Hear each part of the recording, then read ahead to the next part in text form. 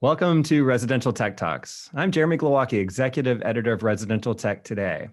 In this episode, I'm joined by Tony Ostrom, the President of WiSA, the Wireless Speaker and Audio Association, comprised of 70 consumer electronics brands and founded by Summit Wireless Technologies. Due to heightened interest in a home cinema experience, especially during a time when people are staying at home more, the association is driving collaborative marketing efforts for its members by expanding into a more consumer-facing role. Tony, thanks so much for joining me today on Residential Tech Talks. Thank you so much for having me, Jeremy. I appreciate it. And as I was preparing for our conversation, I was surprised and pleased to see that we're basically neighbors. You're in Zionsville and I'm in Carmel, which the outside world probably doesn't know what that means, but we're outside of Indianapolis and not too far away from each other. Not too far at all. Yeah, we're rivals in sports, but we're very close. And you're probably about 10 miles that way, if I'm understanding our orientation correctly. Yeah, not too far at all. And if it weren't COVID times, maybe we would be doing this in person. But we can be in the comfort of our own desks and homes while we talk, and you can. Tell me more about WiSA. I've been familiar with the association for many years, but I would say that as the listeners to the podcast probably want to know, there's a role that I've never really quite understood how the association works, what the technology backbone is that is being used. I know it's a wireless audio technology that we're talking about. So can you kind of give me the boilerplate, the elevator pitch for WiSA, how it came into being and how the organization kind of functions? Yeah, absolutely. Thanks for the opportunity. So WiSA is a consumer electronics organization of, like you said, about 70 brands. We're close to 80 now. Oh, wow. And it's based on establishing interoperability for products that share a common wireless technology. So when two products, are both wireless and one of them's transmitting, one of them's sending, obviously there needs to be a common language that they're speaking so that they operate flawlessly, they connect flawlessly, they're reliable. And when you're talking about a very high level of audio definition, a high number of channels, a technology like this, we want to make sure there are other certain kind of common traits that they have, so that all those things are easy for consumers to do. The quality is easily realized, and the potential of the system is there all the time. It's reliable, it's robust, and it's a great experience. So WiSA is founded. WiSA was founded by our parent company, Summit Wireless, and they've created the technology, which is 8 channels of high definition, 2496. Very low latency, 5.2 milliseconds, tightly synchronized within a millionth of a second technology. That's perfect to wrap around screens because you can't have latency. You need to be, tightly synchronized and all those things. So what WiSA does is when you join WiSA, we kind of, open up the information pipe to you with respect to all the technology, other technological benefits, the requirements, the testing. And then when you integrate the technology into, let's say, a speaker product or a TV transmitter, something like that, it goes through testing at one of our test houses. And then we review those results. We go through them with you and we make sure that that's going to be a robust experience for consumers, that it works with all other WiSA certified products. And you can go to market with that seal. And then we've more recently started helping with some of the marketing and go to market with buying groups and through digital marketing, things like that, to help actually launch some of these products. So we're here to help make sure it all works great and to help people bring stuff to market properly. So it's in the past, you've had the technology sort of sourced at a box that would maybe plug into a television, or would it be into an AV receiver at times, or always a TV, and then that essentially picks up the signal, or a cable box, and the signal goes to those speakers wirelessly. Is that how it sort of works? Yeah, so that's a great question. So initially, and I actually helped develop one of these systems when I was at Klipsch. Initially, brands were kind of developing their own transmitter and their own speakers receivers, if you will, the speakers Okay. receiving the sound. And so even though it was a standardized technology and the WiSA certification made sure everything was going to work together, brands were kind of developing their own soup to nuts solutions. And really what we wanted to do is enable, guys that were really good at making the front end, make it WiSA ready, make it WiSA certified. Guys that were great at making speakers, go make speakers. Just like, previous kind of iterations of our category, you didn't necessarily buy a receiver from the same place you bought the speakers or the cable or the TVs or anything else.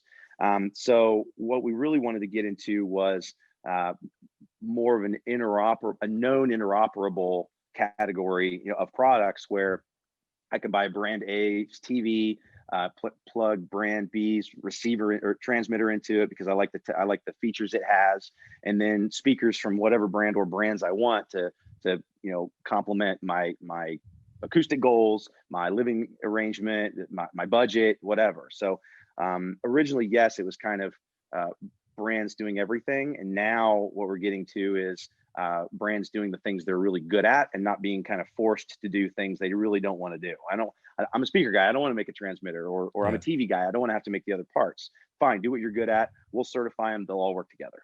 Okay.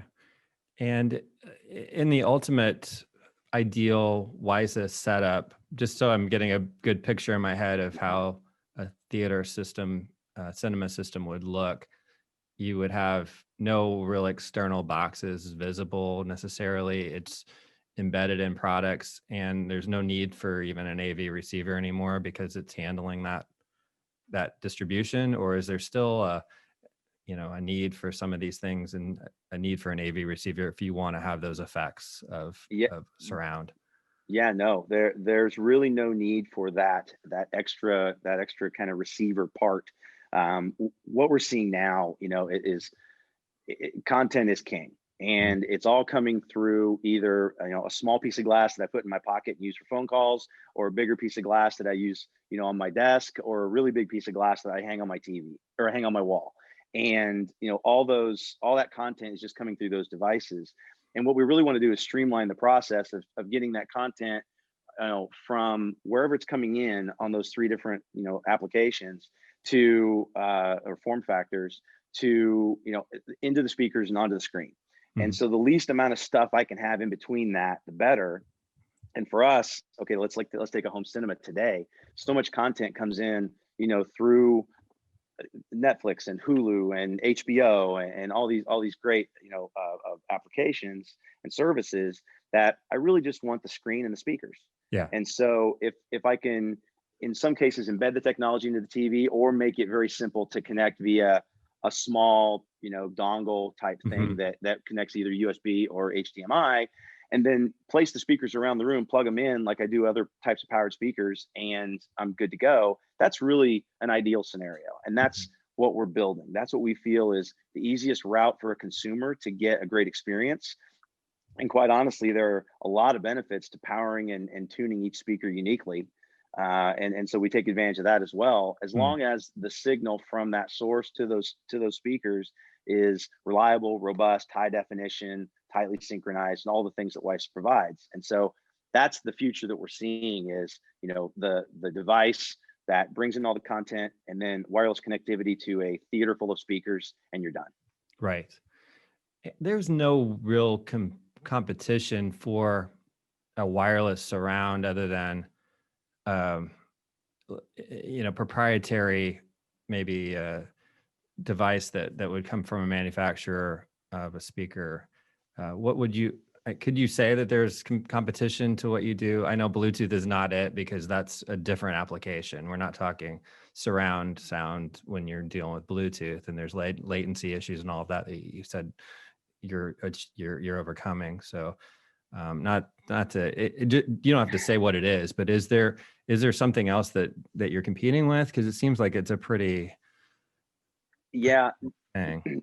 There really isn't. And there are, we hear occasionally of a specific brand trying to leverage some internal resources and bring something to market. But even in those cases, sometimes it's not as technologically capable for a home cinema with the same kind of specs that WiSA has, and certainly isn't being leveraged on an association level where there are a lot of brands trying to do the same thing and be interoperable. So, Yeah. there really isn't, which is, it's good for us, but really the whole end game for us is to make sure that the consumer is having a great experience and that it's easy to create that experience. Yeah. And for a long time, I kept talking. I'd meet with WiSA representatives at trade shows, and we'd talk about these brands, and a lot of them were international brands or companies that I wasn't really so familiar with in the consumer custom electronics, custom installation channel. But then Klipsch was licensee, and that was a big deal to me because that's a respected audio brand. It happens to be a hometown brand with Indianapolis. Yeah. You have that Klipsch connection, so. You and I were talking earlier. That's really how you became familiar with WiSA. What was that role at Klipsch for you, and how did the relationship with WiSA develop for you? Yeah, so it's a great question. I mean, we did start with a small number of brands that were kind of doing a lot of due diligence and kind of kicking the tires, and now like I say, almost 80 brands, and Bang & Olufsen and Klipsch and LG, and there's Sound United are members. We have some other great Xbox membership also announcements coming out. Right? Yeah, Xbox, all of the Xbox One, 1S, 1X, and now the Series X can connect to a WiSA transmitter for WiSA ready devices. So a lot of great members and doing great things. And I was first exposed. The second part of your question. I actually worked at Klipsch for a while. Then I moved we moved to Michigan and launched a couple of brands up there. Came back to Klipsch, and they had, and the reason I came back was they had started to really emphasize some more technologically advanced products. They were getting more into powered solutions and more wireless technologies and things like that. So I came back as a VP of product development in kind of that segment of their business, and one of the technologies they were looking at with a lot of emphasis was WiSA, and I became very familiar with it very quickly. We actually launched one of the first WiSA systems, the Reference Premier HD wireless system, which we still have one of the systems in my house to this day. It's an amazing system. Got very, very familiar with the technology, and throughout my career, I've always kind of gravitated towards, the next thing coming up. Where's this thing going? How can we help build the next 10 years and then the next 10 years? And I suppose if you do that enough, you retire, but I'm not there yet. And when WiSA just seemed like it made so much sense, the way that it was enabling great systems to be so easily set up and then appreciated in homes. And when you started to see kind of the content wave, coming with so much more great content, you no longer had to go procure everything on the little silver discs. It was just like, this makes so much sense. And so the leadership at WiSA was making some changes, and the opportunity presented itself. And so now I'm doing this, and it's been a blast. I've been doing it for almost 5 years, and it's been just fantastic. Well, I want to go more into your background and talk about places you've worked other than, in addition to Klipsch and WiSA. But I first need to take a quick break, and we'll be right back. This is our moment to see more possibilities than ever before, to expand our thinking, our capabilities, and our vision, to leverage the unique strengths of two innovative companies, to create new opportunities for you, our valued customers and partners, to build confidence and loyalty with consumers, and become the #1 intelligent lighting and smart home company in the world. This is our moment to make an impact as significant as this. This is our moment to shine. Welcome back. I'm talking to Tony Ostrom, president of WiSA, and you were starting to talk about coming back to WiSA after being doing some things up in Michigan. I want to get to that, but I also I just kind of want to walk through your timeline of your background, because it's always fun just to learn how folks get into this industry, get into audio technology, and very general. Were you a techie kind of kid or a science kid growing up? Well, I was a music appreciation guy. Oh, okay. And yeah, I was techie. I got into music at a really young age, and played a few instruments. I've been a Hmm. drummer for, gosh, probably 35-ish years now. And I just I fell in love with music and sound, and so I always knew that I was probably going to do something that had to do with those things.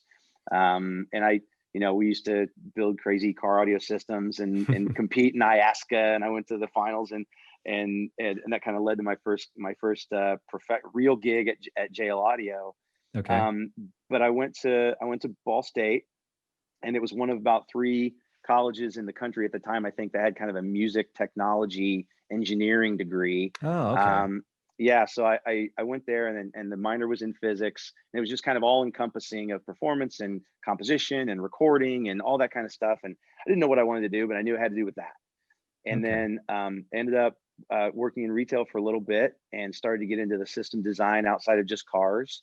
And my first, like I say, I moved to South Florida and worked at JL Audio for a while. I was a national trainer for a while. I was the technical director for a while, and then moved back to the Midwest and started at Klipsch. Well, That before was, we get into Klipsch, so JL Audio, you're known, that's a brand that's, if I'm correct, is it outdoor audio? Is it subs? What's the main focus? they really established themselves with car audio It's subwoofers. car. It's That just car. Okay. it's Because it well, it I was thinking about yeah, marine audio, I think, was they're in that something. too. Yeah. Yeah, Yeah. absolutely. Okay. In the last several years, they have expanded into some just absolutely amazing home audio subwoofer solutions. This is outside of their extensive assortment of car audio equipment, and now they're getting into motorsports solutions, Hmm. and they're making a really good footprint in marine also. So they're diversifying in a great way. But it was a great place to kind of cut my teeth because they are so engineering first. I mean, Hmm. they hold so many patents, and they really kind of take on issues head on, and figure out, okay, why is it that you can't have a big subwoofer in a small enclosure in a car, because those are the kind of enclosures that work in cars. Well, they figured that out. They Hmm. re-engineered the subwoofer to fix that solution, and they've done that in a lot of different categories, and it was a great place to work. And then going to Klipsch, it was kind of more of the same. So it was really a great kind of progression to see. And going to Klipsch, it was more home audio and Yeah. personal audio. But again, it's the same kind of thing, very problem solving oriented. It's interesting to hear why you went to Ball State. I was headed there myself at one point in high school, but my ambitions were a lot less large. I was going to go there because David Letterman would give a scholarship to C-level students, and that was kind of where I was headed. My goals were really not very, very high at that point. I ended up elsewhere. I went to the University of Georgia and loved it, but Ball State was always a comfort zone. I grew up going there. My dad was a journalism workshop teacher in the summer there for high school kids, going to journalism camp, which is what I attended. That was my big camp as a kid, journalism camp. So in my own nerdy way, but Well, it paid off for you. yeah, well, thank you. Yeah, likewise for you. And I wanted to touch just briefly on something that I warned you about, which is that I noticed in your bio that you have a Mensa honor there. And for those who don't know what Mensa is, I don't want you to feel like you have to get into this as a braggadocio thing, but I think it's a really cool designation. But maybe I'll leave it to you to explain what it is. Uh, Oh, maybe not. it's yeah. If you know, that's fine. Well, it's kind of like it's kind of a smarty pants organization, but you have to take a test if I'm correct, and you usually take it when you're pretty young. Maybe I'm wrong about that, and it's a bit of an IQ thing, if I'm correct. But you hear folks that are Mensa, and it doesn't necessarily mean that you know everything. It's just that you've got a pretty sharp brain. And so I saw that, and you said you don't really do much with the credential or the organization now, but it was just something I thought was kind of cool to talk about. Yeah, it doesn't come up a lot, but that you did some digging. It was kind of a personal uh, test of myself. Okay. I I had always known of the organization, and I got the opportunity. I actually took it later. Okay. I had just moved to Florida after college, and I'd always just kind of known about it, and thought it'd be fun to try at some point. And it just so happened that one weekend they were doing testing in the area, and so I drove over, and Saturday morning or whatever it was, one week I took the test, and was fortunate enough to be accepted in. And I don't do a lot with the organization currently, but when I get a little older, and maybe at some point there's some extra free time, it'd be fun to get more involved. But it was just kind of a personal test of myself, and I passed. So did you feel like when you were growing up, going to school, were you always an A+ type of student, or what made you think I want to do this Mensa thing? Well, it's funny. It's like I tell my kids. I said, you can mess up and get straight A's through fifth grade, and then that's what's expected of you for the rest of your life. If you slide a B in here and there, you kind of let your own leash out a little. But yeah, I did pretty well in school, and I don't know. I always gravitated towards kind of the more creative outlets. Okay. And I don't know. I've always appreciated the opportunity to kind of problem solve, and those kind of those kind of problems, those kind of tests. I've always just kind of been interested in them at some level, and so that's kind of what this was. Which the funny thing is, I don't feel like I always have a great memory. And the very first part of the test was, okay, we're going to read a story, and then like 2 hours from now, we're going to ask you a bunch of questions on it. And I'm like, I'm done. Oh boy. Yeah. But no, it's like problem solving, puzzle solving kind of things, though. Is that really what you're good at? yeah, it's problem solving. Kind of the exact term for, I guess, something about me would be spatial math. But okay, sure. But I enjoy kind of problem solving, and it's funny because throughout my career, I've tended to gravitate towards positions that are involved with lots of different facets. So in product development and now what I'm doing with all these different brands is great, because every day is different. And it's not, I come to work, I do the same thing every day. And some people absolutely love that kind of thing. I do not. And so, some days you're working more on, the advertising campaigns, and some day you're working more on product development, and some days you're, interfacing more with people in other countries. And sometimes it's just kind of your own, little workspace, and your own due diligence for a couple hours. And I just like that kind of diversity, and solving various problems throughout the day, throughout the week. And that, I don't know, I guess that helps. Yeah. And so when you the part of your background that I didn't really touch on yet was when you mentioned going up to Michigan. So you developed some products.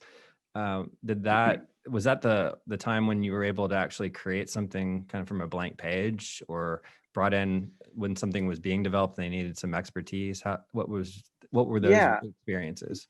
Yeah, I've had a couple of opportunities to do that. When I came to Klipsch, I was kind of helping head up some of the product development, and really that was the first opportunity I had to see that process.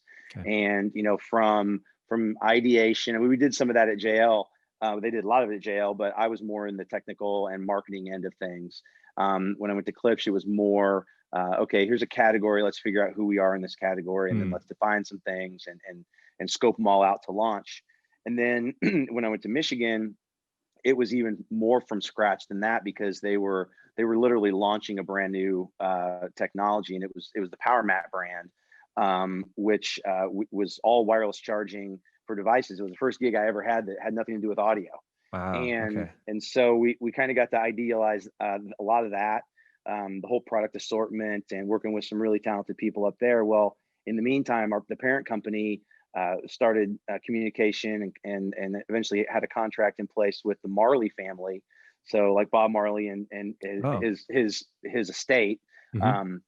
And so we ended up, I kind of shifted gears and got back into audio, and we launched a pretty substantial line of products for the House of Marley, which Mhm. were great sounding, but it also added kind of the extra criteria of needing to be socially or responsibly harvested materials, Okay. and just very socially responsible in every kind of aspect of the way the product was, brought to market, developed, shipped, everything. Sure. So that was kind of another set of problems. And then when I went back to Klipsch, it was when they were again kind of shifting to more uh, technologically driven wireless technologies, powered solutions, more sound bars, more personal audio. WiSA was getting involved, those types of things. So Yeah. again, kind of taking a blank page and saying, all right, here's where we think this is going. What is our identity and what does our assortment look like? And how do we benefit people and how do we tell people about it and all those things. I just love that, Yeah. and that's what WiSA is trying to do right now. Okay, awesome. Well, the latest development, I believe, for you is Mhm. SoundSend with WiSA. Is that correct in that being more of that consumer, that branded solution for you?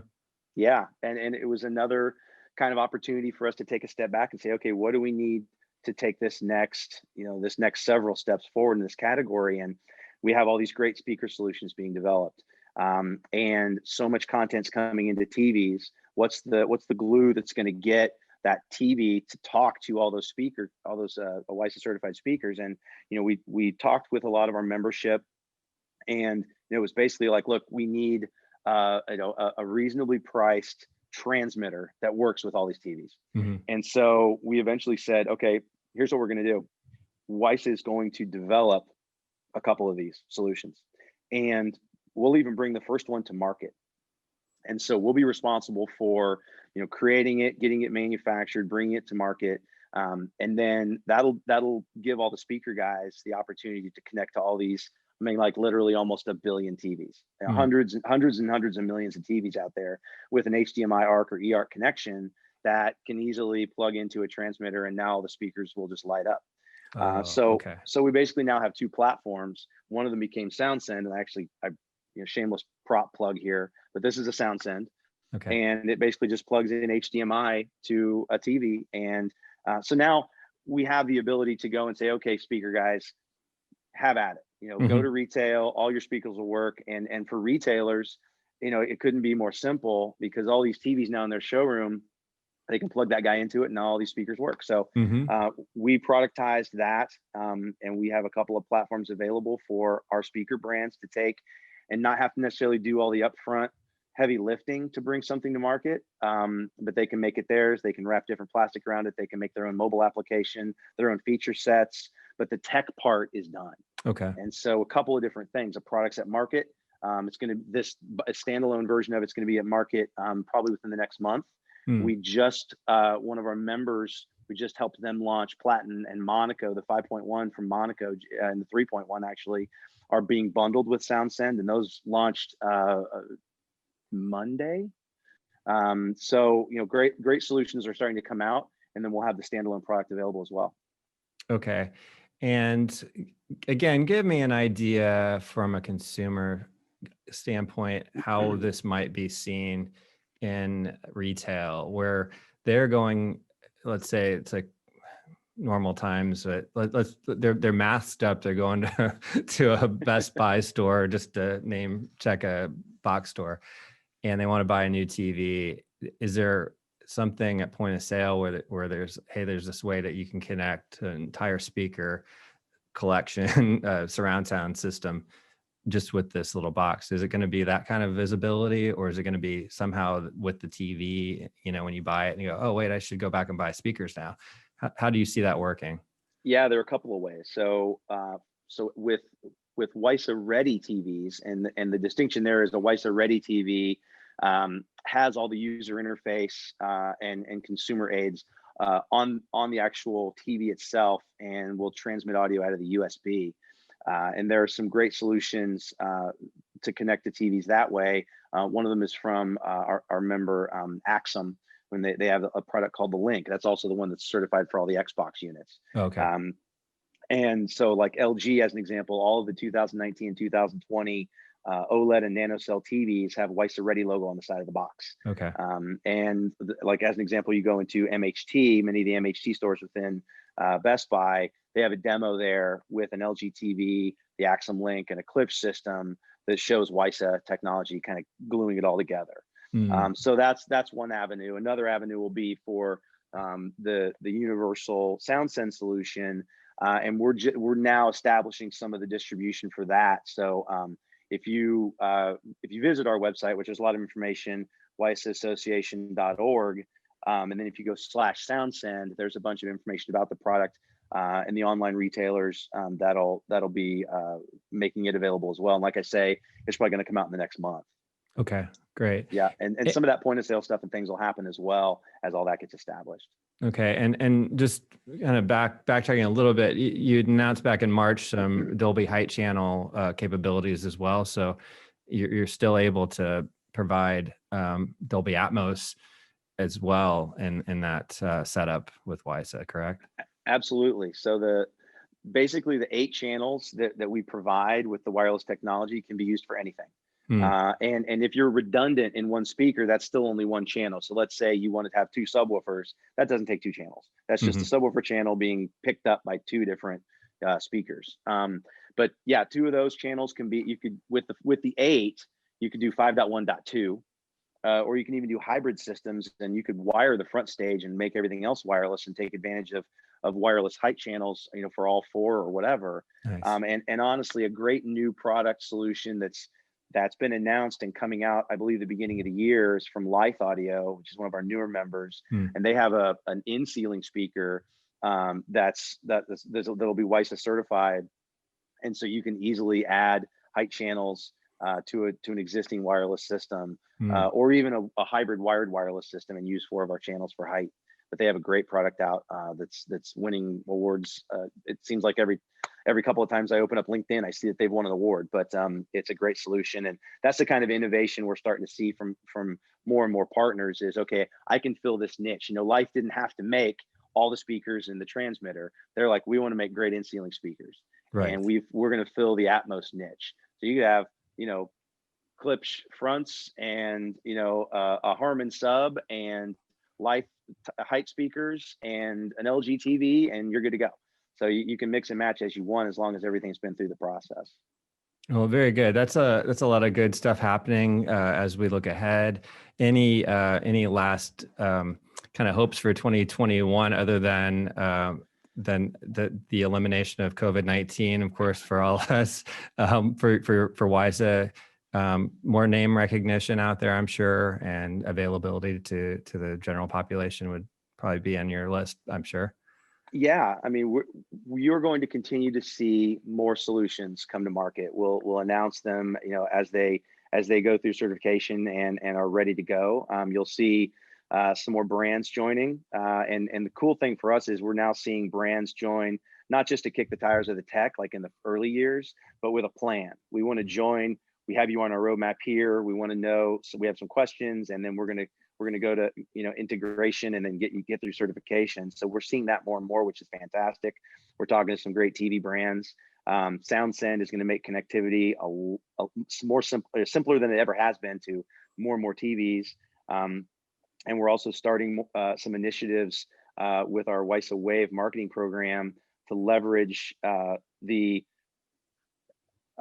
pretty amazing numbers of people that are coming to our website now to learn more about the category, and helping those people get connected to the brands that'll make their cinema dream in their home a reality. So with so many different brands now producing products. So we just see continued growth. We see more members, more products, and we want to help in any way we can. So reach out to us, and we'll answer any questions anybody has. But we're very excited for 2021. Well, Tony Ostrom, thanks so much for taking the time today to tell us more about WiSA. I absolutely appreciate it. Thank you so much, Jeremy. Also, thanks to everyone for joining us. Be sure to comment, share, or subscribe to the podcast. And you can check out all the latest residential tech news at restechtoday.com. Until next time, please stay safe, stay inspired, and let us know if you have a great story to tell. Residential technology, lighting specialist, residential tech.